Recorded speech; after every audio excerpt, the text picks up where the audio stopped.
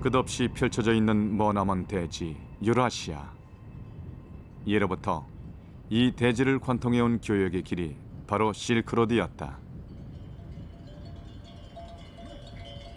최근 이 교역을 어느 불가사의한 민족이 약 700년에 걸쳐 지배해왔다는 사실이 밝혀졌다.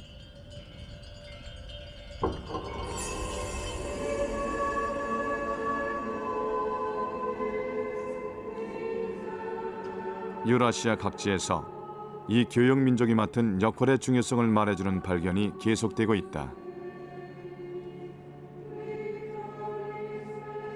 유라시아의 서쪽 끝, 벨기에 외곽에서 발견된 큼직한 비단 한 필.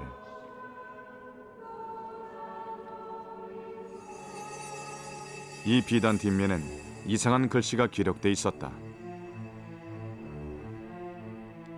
불가사의한 민족에게 전해져 온 문자엔 당시 가장 귀중한 교역품인 비단을 거래하는 교묘한 전략이 숨어 있었다. 일본 나라 현의 법융사. 그 불가사의한 민족의 발자취는 여기에도 남아 있었다.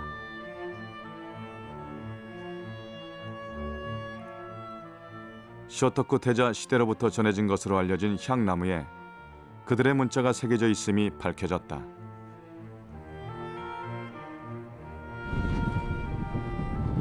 실크로드의 교역 거점으로 번영을 노린 중앙아시아의 사마르칸드. 유라시아에서 활약한 그 불가사의한 민족은 이 모래먼지 속에서 출현했다.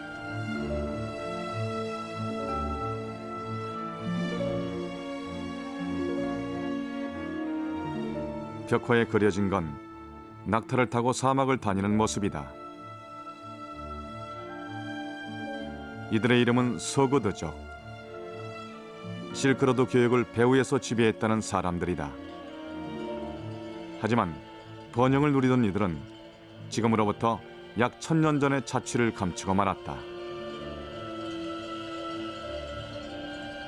실크로드 대상인 소그드족은 어떤 사람들이었을까? 그 수수께끼를 풀어본다.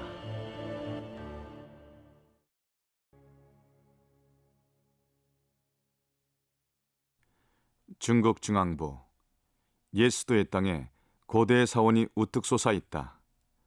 고도의 도시 시안이다.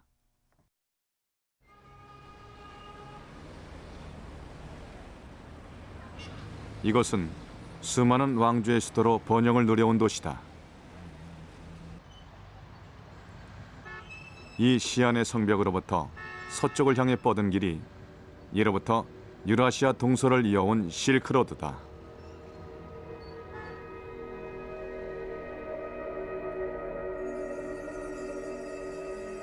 동서로 13,000km에 이르던 유라시아 대륙. 실크로드는 이 유라시아의 간선도로로서 기원전부터 동쪽의 중국과 서쪽의 로마를 연결해 왔다.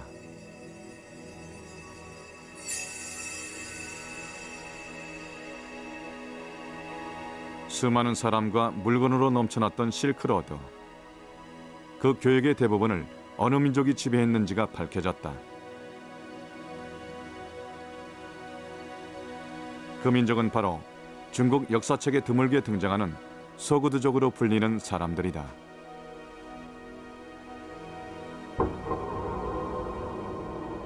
(6세기의) 기록에는 소그드인 240명이 낙타 600마리를 이끌고 만필에 달하는 비단을 운반했다는 대규모 대상의 존재가 등장한다.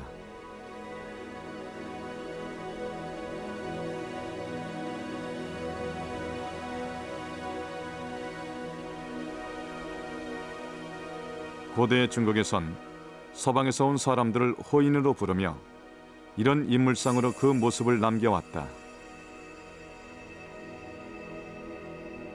최근의 연구로 이 호인 대부분이 소그드족이란 사실이 밝혀졌다.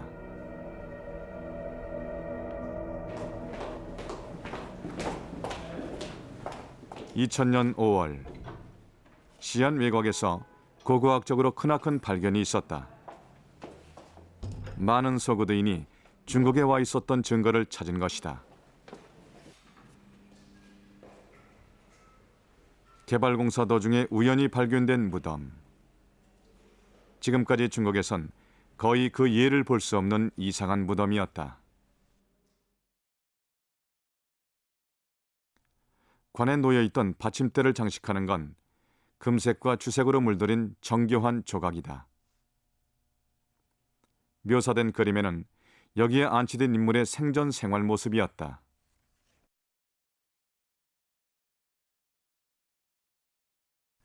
가운데에 춤꾼을 둘러싸고 비파나 북종류의 서방 악기를 연주하며 잔치를 즐기는 사람들. 이런 풍속은 당시 중국의 풍속과는 확실히 구별되는 것이었다.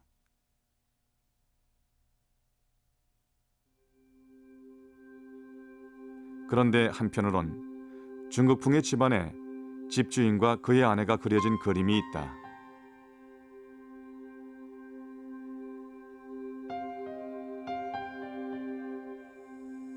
서방에서 온 사람들이 중국에 뿌리를 내리고 있었다는 사실을 알려준다. 여기서 더욱 주목을 건 건 비문에 새겨진 무덤 주인의 호칭이었다. 살보라는 호칭. 이는 이 인물이 소그드인임을 나타내는 것이다.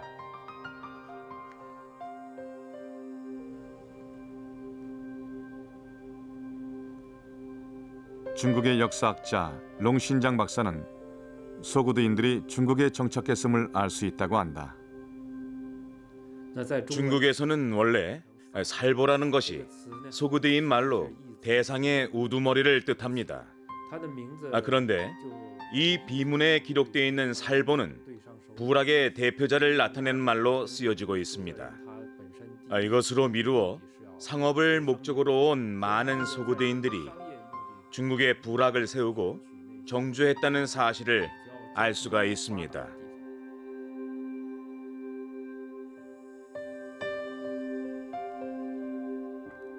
큼직한 눈과 높은 코, 윤곽이 뚜렷한 얼굴로 표현된 소그드인들. 중국에 뿌리를 내리고 교역을 행했던 소그드인들은 과연 어디에서 온 사람들일까?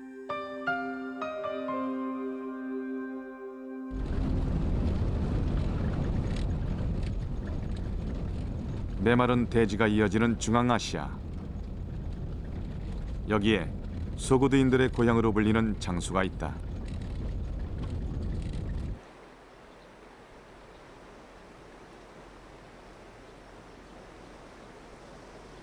현재 타지키스탄에서 우즈베키스탄으로 흐르는 한 줄기 강, 자라프산 강이다.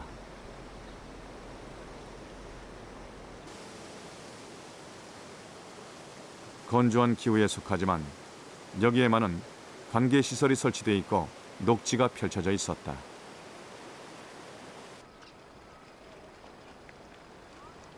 한때 이 일대는 소그디아나, 즉 소그드인의 땅으로 불리어온 지역이다.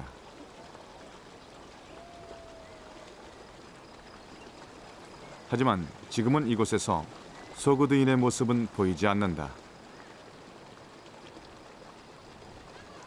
소그드인들은 지금으로부터 1000년 전에 이 땅을 엄습한 전란 속에서 주변의 민족에게 흡수됐다고 한다.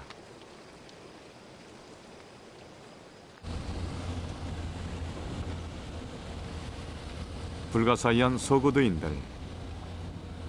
그 소그드족의 전통이 살아 숨쉬는 풍습이 남아있다는 말을 듣고 찾아가 보기로 했다.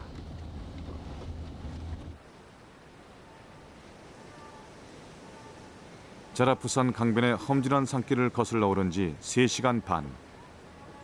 아르투츠 마을에 도착했다. 마을의 주민 수는 약 300명. 염소나 양을 치며 얼마 안 되는 농경지에서 곡물과 과일을 기르는 오랜 세월 동안 변함없는 생활이다.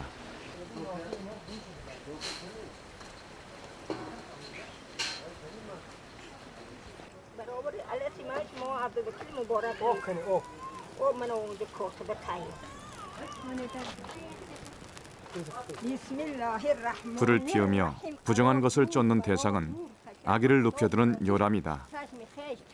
이 마을에 전해져 온 풍습은 아기를 맨 처음 요람에 넣는 의식이었다.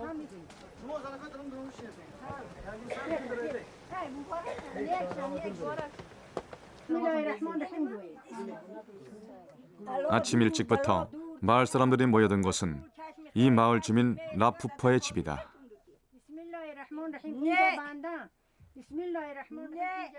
이날은 태어난 지 5달 되는 이 집안 장남 자항기르를 위한 의식이 벌어진다.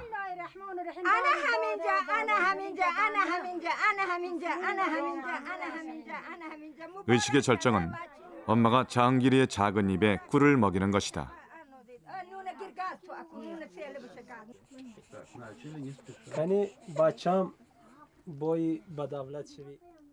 아빠는 동전 하나를 아들의 조그만 손에 단단히 쥐어준다.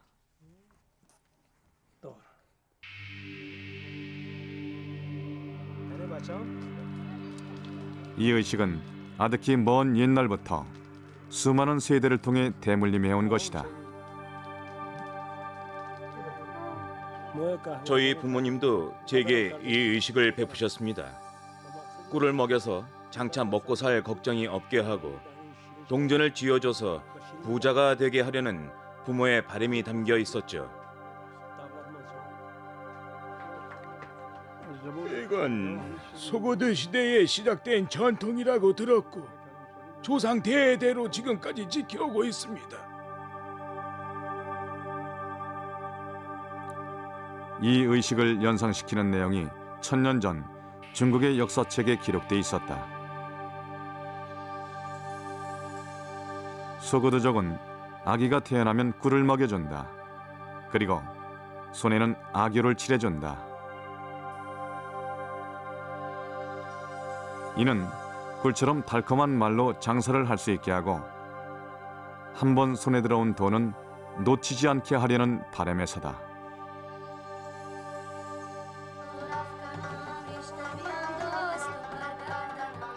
또한 역사 기록은 다음과 같이 전한다. 소고드 사람들은 아이가 5살이 되면 읽고 쓰기를 가르친다. 남자는 20살이 되면 장사를 위해 다른 나라로 여행을 떠난다.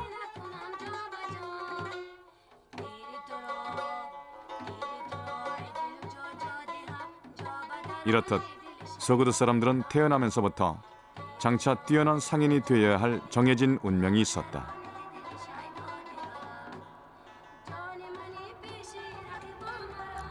왜 소고드인들은 상인으로 살아갈 길을 택한 것일까? 그 실마리는 그들이 과거에 살던 지역의 혹독한 환경에 있었다.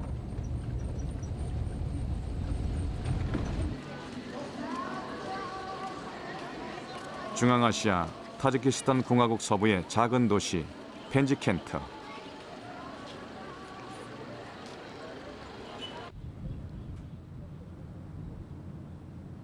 이 도시 외곽에 고대 소고드인의 도시 흔적이 남아있다. 이 유적은 약간 높은 언덕 위에 펼쳐져 있다. 소고드인은 여기에 작은 도시국가를 세웠다.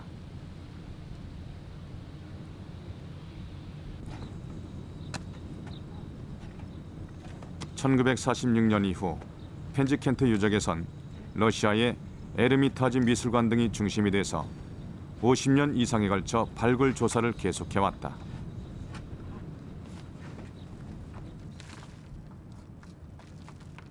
현재 발굴 대장을 맡고 있는 보리스 마르샤크 박사. 마르샤크 박사가 특히 주목하는 건 뚜렷하게 드러난 이 도시의 구조다.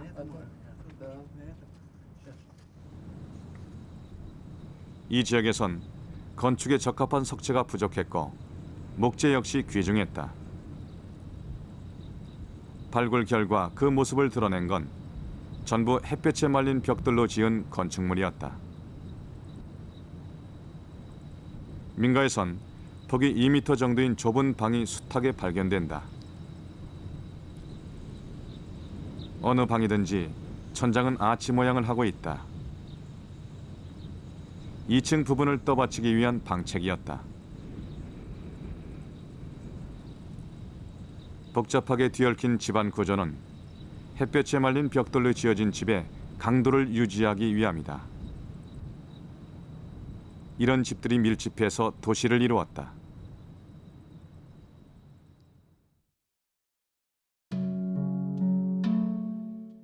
주위를 성벽으로 두른 펜지켄트. 불과 13헥타르의 작은 도시와 그 주위의 농경지가 영토의 전부였다.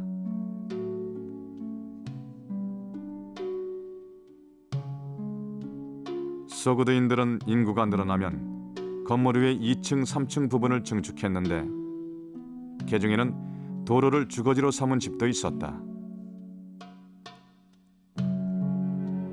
오아시스 도시 특유의 제한된 공간과 부족한 자원을 한계치까지 이용했다.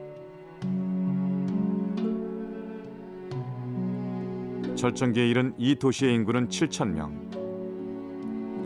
혹독한 환경 속에서 사람들끼리 부대끼며 살아가는 작은 도시국가. 이것이 바로 소그드인들의 본거지였다. 이 일대에는 펜지켄트나 사마르칸드, 부하라 등의 작은 오아시스 국가가 점재해 있었다. 그 하나하나가 소그드인들의 독립된 나라였다.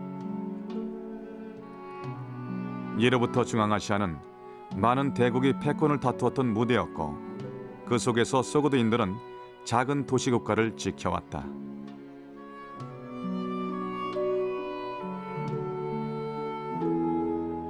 펜지켄트에선 수많은 벽화가 발견되고 있다.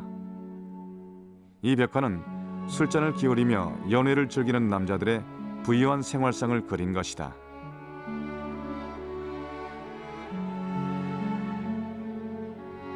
허리에 차고 있는 큼직한 돈주머니로 봐 상인임을 알 수 있다.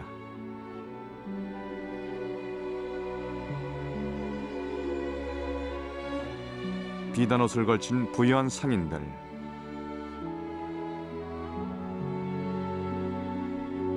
소그드 사람들은 대국의 틈에서 생존하기 위해 실크로드 교역에 나섰던 것이다.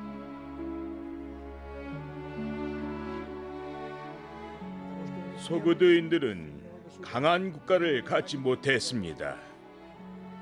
펜지켄트 같은 작은 도시 국가만 있었을 뿐이죠.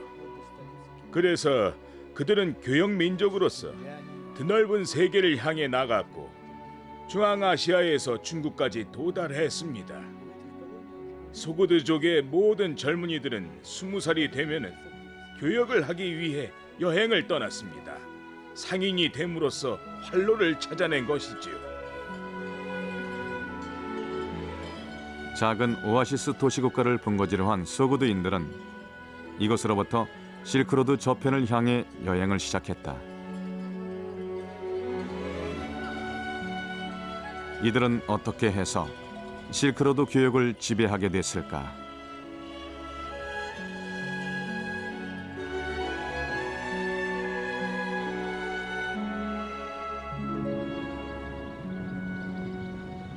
소그드 상인의 본거지로부터 동쪽으로 1800km, 중국 신장 위그르 자치구의 도시 트루판이다.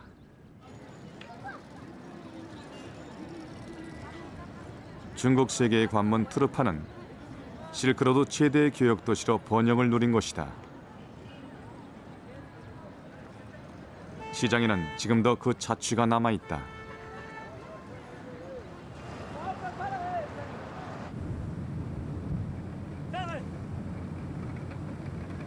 트루판 외곽에 펼쳐져 있는 고창 고성. 4세기에 들어선 도시의 유적이다.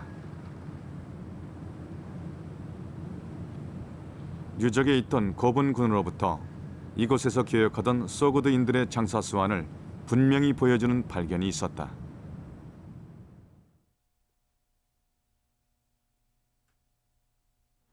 출토된 소그드인의 상. 중앙아시아로부터 낙타를 이끌고 대상으로 찾아온 상인이다.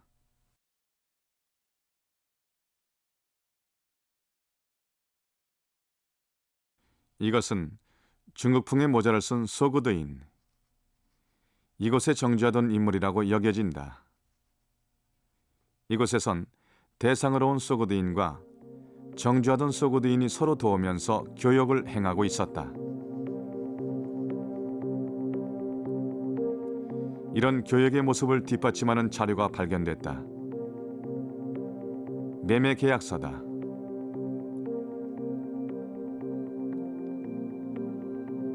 당시 중국에 있던 소그드인들은 자기 출신지의 오아시스 도시 이름을 성씨로 삼았다. 이들의 교역품은 말이었고 판매자는 강씨라는 남자였다. 강씨는 사마르칸드 출신의 소그드인들이 쓴 성씨다.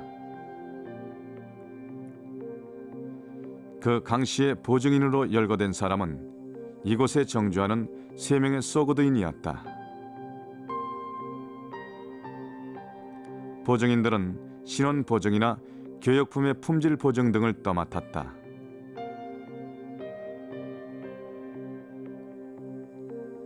소그드인은 정주하는 소그드인이 대상으로 이동해오는 소그드인을 지원하는 체계에 의해 교역의 폭을 넓혀 나갔다.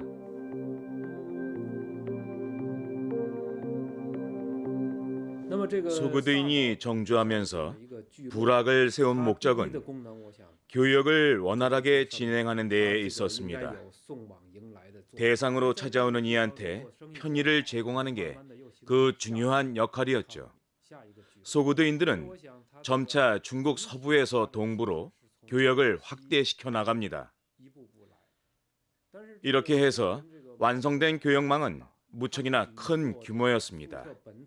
본거지인 중앙아시아와 중국을 연결하는 것에서 그치지 않고 주변에도 교역망을 넓혀 나갔죠. 바로 이 교역망이 있었기 때문에 소그드 상인들은 실크로드의 주인공이 될 수 있었습니다. 롱신장 박사의 연구 성과를 기초로 한 중국 국내 소그드 상인의 부락이다. 당나라 시대에는 30곳의 부락이 세워졌었다. 소그드 상인들이 교역망을 펼치고 연기하면서 교역을 행했음이 밝혀진 것이다.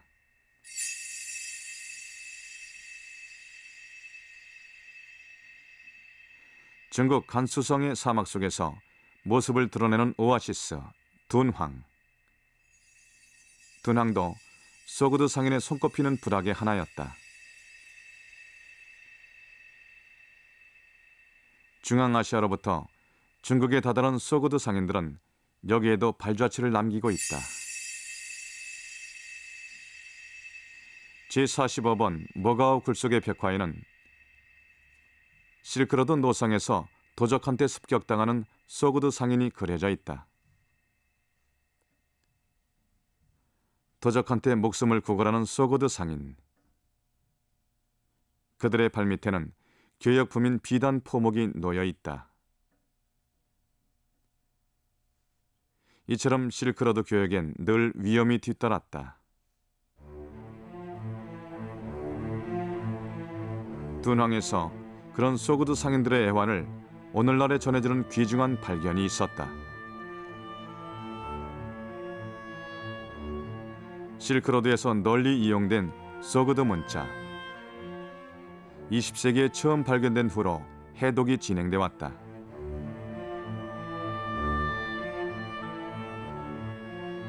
둔황에서 발견된 이 문서들은 8통의 편지임이 밝혀졌다. 4세기를 거슬러 오르는 가장 오래된 소그드 문서다. 역사학자 심즈 윌리엄즈 교수, 소그드어 연구의 세계적인 권위자다. 편지 내용을 보면 소그드 상인들이 교역을 행할 때 정보를 어떤 식으로 활용했는지 알 수 있다고 한다.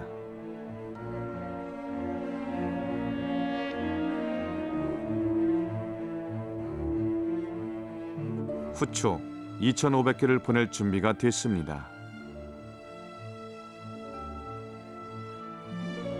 여기에서 러우란까지 비단을 사러 가려고 합니다.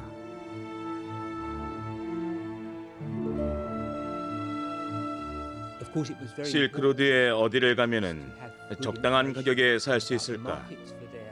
소그드 상인들에겐 중요한 정보가 됐습니다.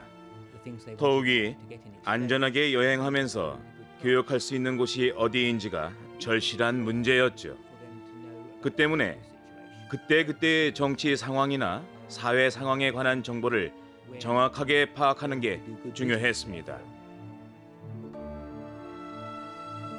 중국에서 3,000km 떨어진 본거지로 전달된 이 편지는 전란에 휩싸인 중국의 상황을 알리고 있었다. 로양은 유목민족의 공격으로 불타올랐습니다. 사람들은 도주했고 머지않아 이곳은 옛 모습을 간직하지 못할 겁니다. 장차 중국에서의 장사를 금지하는 내용이었다.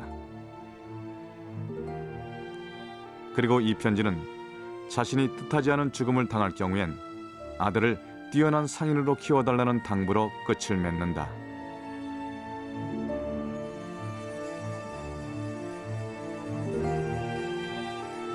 유라시아 각지에 펼쳐진 정보망을 통해서 얻어진 최신의 정보.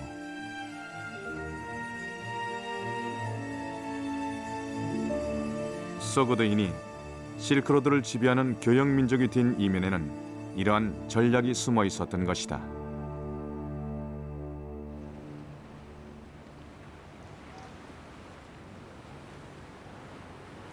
유라시아 대륙의 서쪽 끝 벨기에.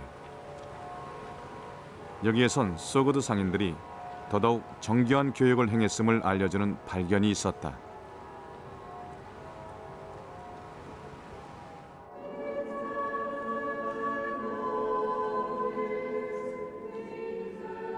벨기에의 작은 도시 휴이시 외곽에 소그드인들이 발자취를 남겨놓은 것이다.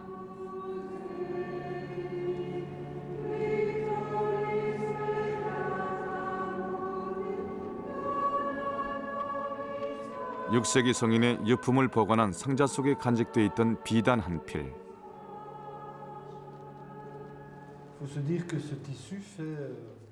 폭 122cm, 길이 192cm에 이르는 큼직한 비단이다.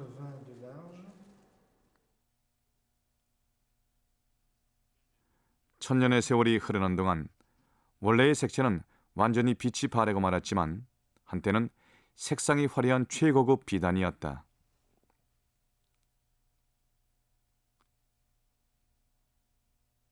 비단 뒷면에는 둥근 모양 속에 마주보는 사슴의 무늬가 짜여져 있음을 알 수 있다.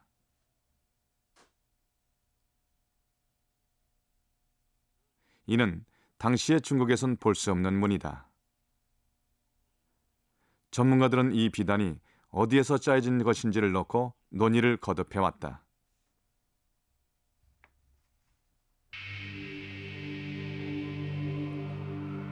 그 의문을 풀어줄 단서가 이 비단에 숨겨져 있었다. 비단 뒷면에서 낯선 문자가 발견된 것이다.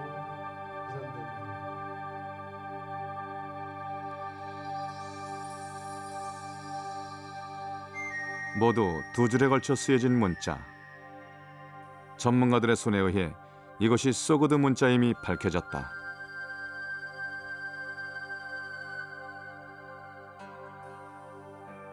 윗줄에 쓰여진 것은 61스펜이라는 비단의 길이를 표시하는 글귀였다.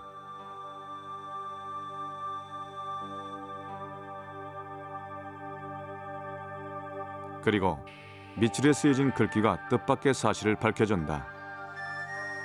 이것은 잔단이지란 글귀로 잔단하란 곳에서 짠 비단을 뜻하는 말이다.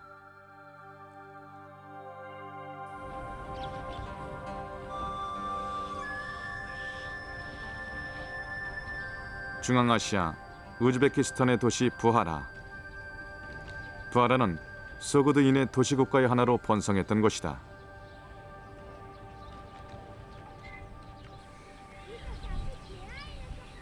잔다나는 이 부하라 근처에 있던 마을이었다.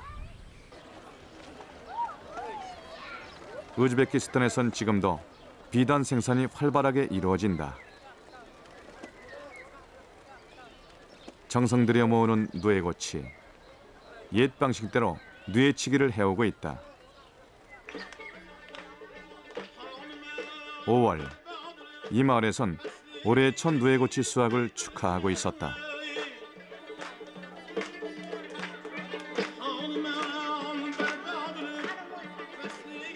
부하라의 역사책엔 잔다나의 특산품은 직물이라고 기록돼 있다.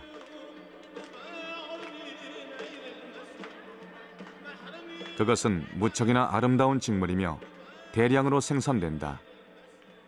이 직물은 페르시아나 인도, 그 밖에 여러 나라에 수출되고 있다.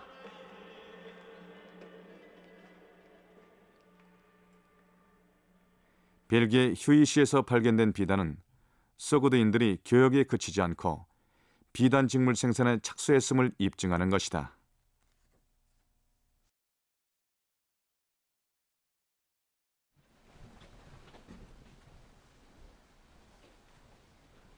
스위스에 있는 직물연구소에서 고대 비단의 연구를 계속해오고 있는 니글라 쇼르타 박사. 벨기에의 비단 발견을 계기로 유라시아 각지에서 발견된 비단이 소그드인에 의해 짜여진 것임이 확인됐다. 원 속에 동물을 그려넣은 문양은 소그드인의 비단에 공통적으로 등장하는 디자인이다. 이런 문양에는 교역민족 소그드인다운 감각이 발휘돼 있다.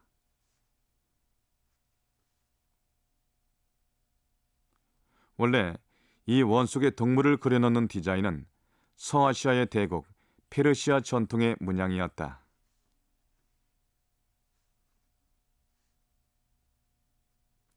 이것은 페르시아에서 은으로 만든 물주전자다. 소그드인들은 원 속에 동물을 그려넣는 페르시아의 문양을 비단 디자인에 도입한 것이다.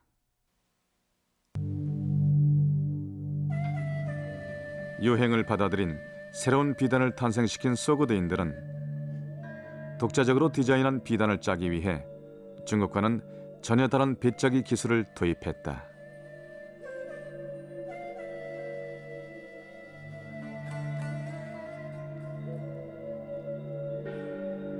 이것은 고대 중국에서 짠 전통적인 비단이다.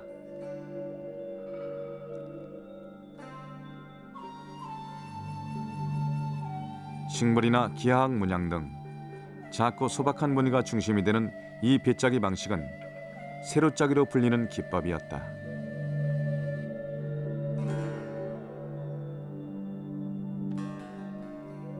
세로짜기는 미리 세로로 펼쳐놓은 색실에 문양을 그려넣는 배짜기 방식이다. 가로실을 짜나올 때 필요한 세로실을 들뜨게 한 다음 겉으로 드러나게 하고 나머지 부분은 감추는 것으로 무늬를 짜나간다.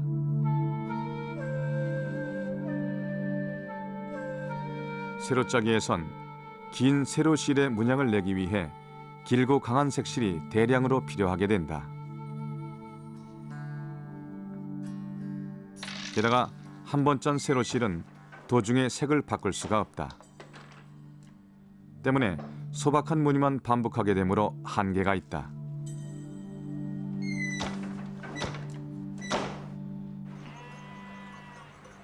이와는 반대로 소그드인은 전혀 새로운 발상의 빗자기 기술을 도입했다.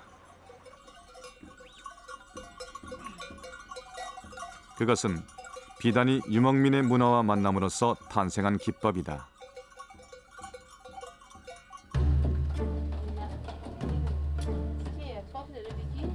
예로부터 서아시아에선 융단을 짜는 문화가 보호 육성돼 왔다. 소그드인은 이 문화 속에서 탄생한 새로운 기술을 받아들여서 비단을 짜기 시작했다.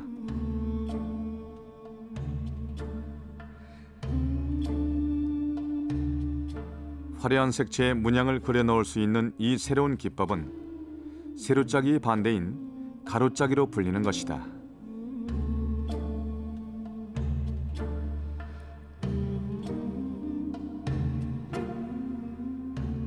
가로짜기 비단은 가로실을 색실로 써서 문양을 그려나간다.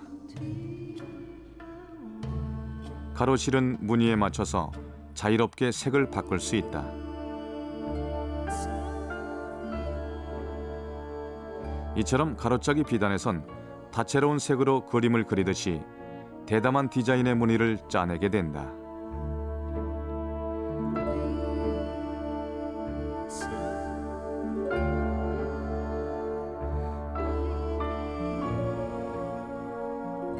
중국에서 생겨난 비단을 이어받아 서아시아 기술로 짜낸 소그드인의 비단. 구슬을 늘어놓은 연주문으로 불리는 문양은 페르시아의 전통적인 도안 소재다. 소그드인들은 그 무늬 속에 유라시아의 다양한 문화를 반영했다.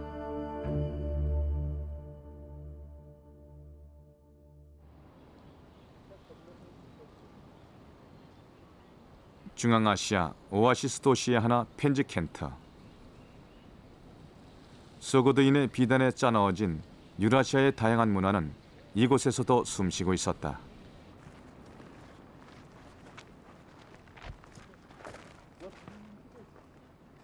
에르미타주 미술관 마르샤크 박사팀의 발굴 조사가 진행됨에 따라 상인의 도시 펜지켄트가 예상보다도 문화적으로 풍부한 도시였음이 밝혀졌다.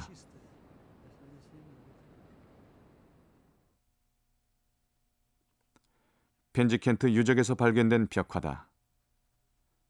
땅속에서 50점 가까운 벽화가 발견됐다. 어떤 것은 훼손됐고 또 어떤 것은 색이 발해 있었다.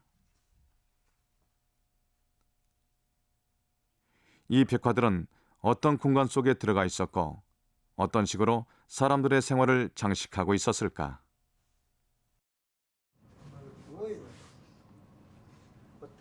이번엔 당시의 펜지켄트 모습을 재현하기 위해 도쿄 예술대학에 의뢰해서 벽화의 복원을 시도했다.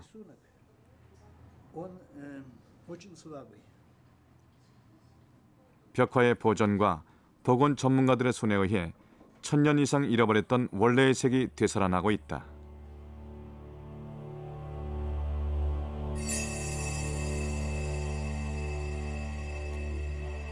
컴퓨터 그래픽으로 복원된 절정기의 도시 펜지켄트. 기나긴 여정 끝에 이 도시에 도착한 상인은 광장에 낙타나 당나귀를 묶어둔다. 그리고 도시 중앙에 있는 시장으로 향한다. 시장에는 유라시아 각지에서 들여온 갖가지 물건으로 넘쳐났다.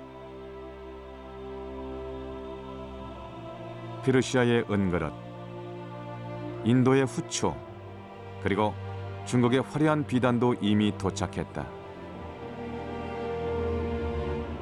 시장에선 이 도시에서 주저한 화폐가 통용되고 있었다.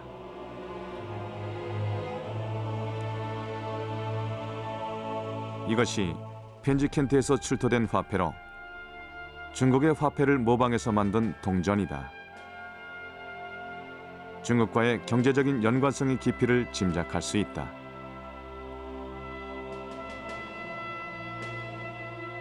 도시의 중앙부, 시장과 가까운 곳엔 부유한 상인의 집이 있다. 어스레한 현관을 지나자 눈앞에 화려한 광경이 펼쳐진다. 회랑에 그려진 벽화들의 마중을 받기 때문이다. 붉게 칠한 배경에 그려진 건 소그드 사람들이다. 축제 행진에 참가한 춤꾼들이 생생하게 느껴지는 그림이다.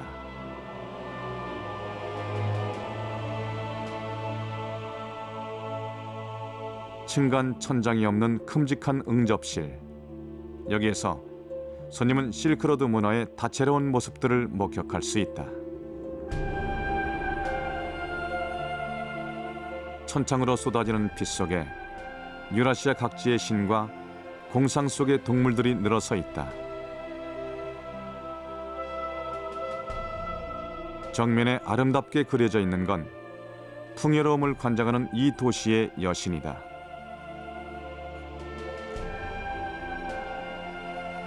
그 곁엔 페르시아의 전설에 등장하는 영웅들의 이야기가 그려져 있다.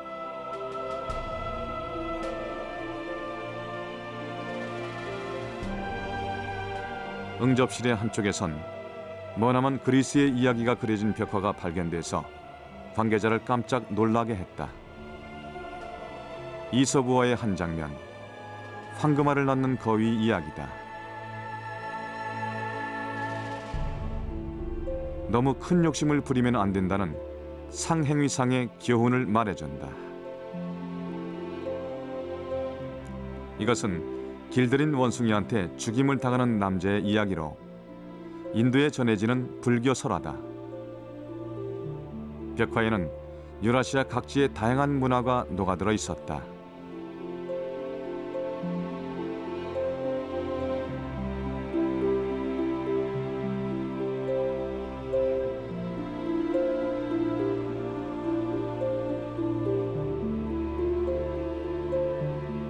켄지켄트를 찾아온 사람들을 놀라게 한 건 소그드 상인들의 교역 범위와 문화의 깊이였다.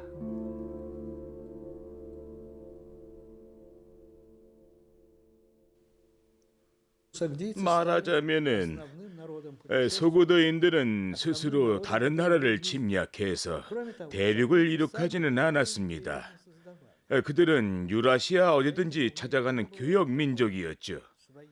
때문에 다른 문화를 존경해야 할 필요성을 잘 알고 있었습니다. 그래서 그들이 실크로드에서 가장 성공한 상인이 됐다고 할 수 있습니다.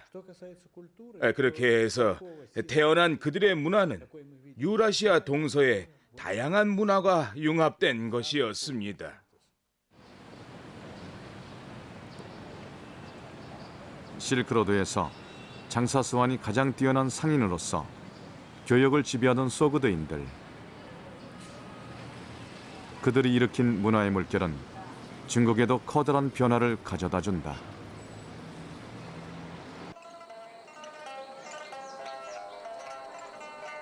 옛 도시 장안에선 소그드인들에 의해 전해진 서방의 풍속이 크게 유행한다.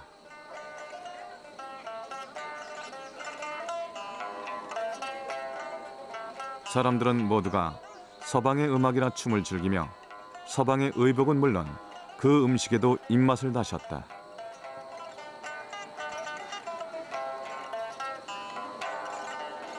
이런 가운데 중국의 특산품인 비단에도 혁명적인 변화가 생겨났다.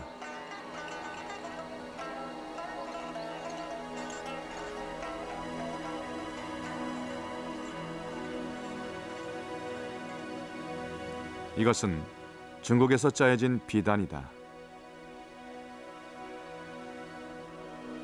이 비단은 가로짜기 기법을 이용해서 짠 것으로 소그드인들이 개발한 기법이었다.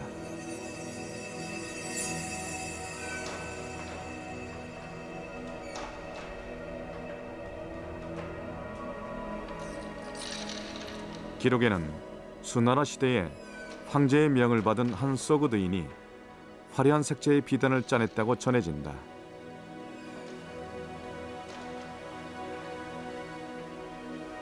그 후 중국에선 전통적인 세로짜기 기법이 쇠퇴하고 오늘날에 이르기까지 가로짜기 기법이 주류를 이루고 있다.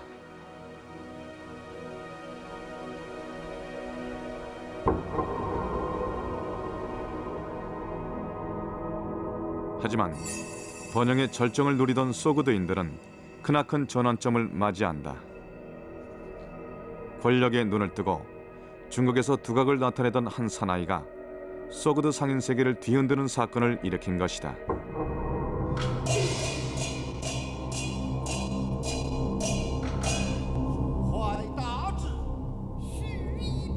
그 주인공은 바로 안녹산.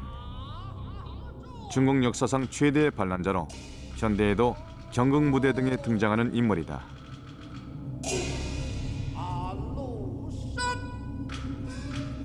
실은 이 안녹산도 중국에 정착한 소그드인이었다.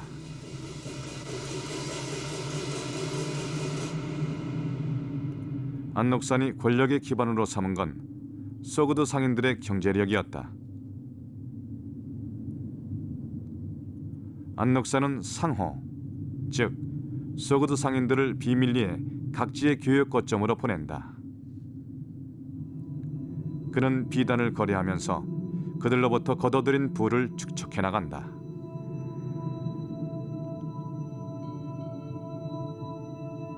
안녹사는 이러한 재력을 바탕으로 당시의 현종 황제와 황후 양귀비에게 아부한다. 그는 더 나아가 황제의 자리를 손에 넣으려고 반란을 일으킨다.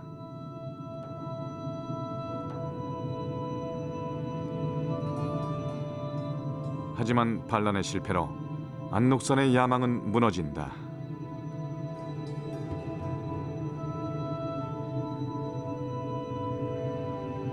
반란이 있은 후 소그드인 숙청의 폭풍이 거세게 몰아친다.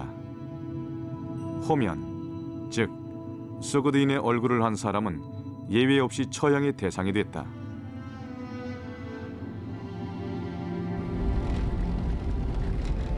그와 같은 시기에 소그드 상인의 본거지였던 중앙아시아의 오아시스 도시에도 위기가 닥친다.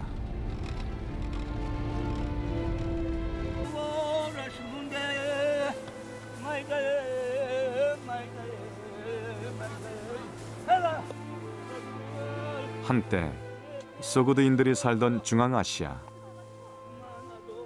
현재 여기에선 소그드인의 모습은 보이지 않는다.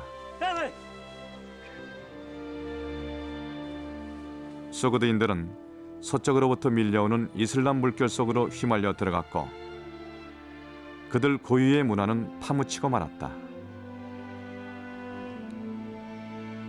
소그드인에 대한 기억은 지금 이 중앙아시아에 살고 있는 사람들의 생활 속에 어렴풋이 남아있을 뿐이다.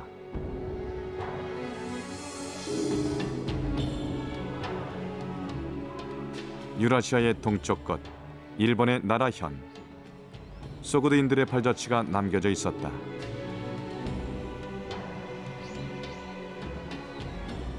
지금으로부터 1400년 전 이카루가 마을에 건립된 범융사.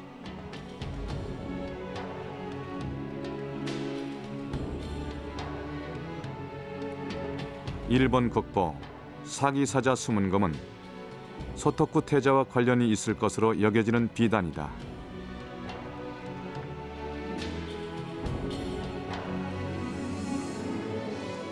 원형으로 늘어선 구슬무늬와 그 속에 그려진 한 쌍을 이루는 무늬. 이 비단은 당나라 시대의 중국에서 짠 것이다.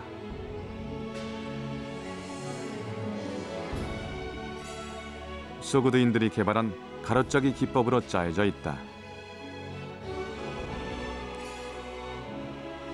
유라시아 동쪽 끝 일본에 도착한 한 필의 비단.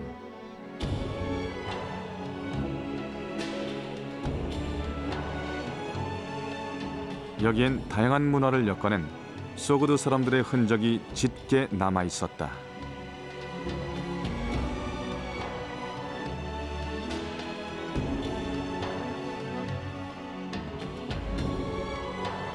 광대한 영토를 지니진 않았지만 대국의 틈에서 교역을 통해 실크로드 전역을 지배했던 소그드인들.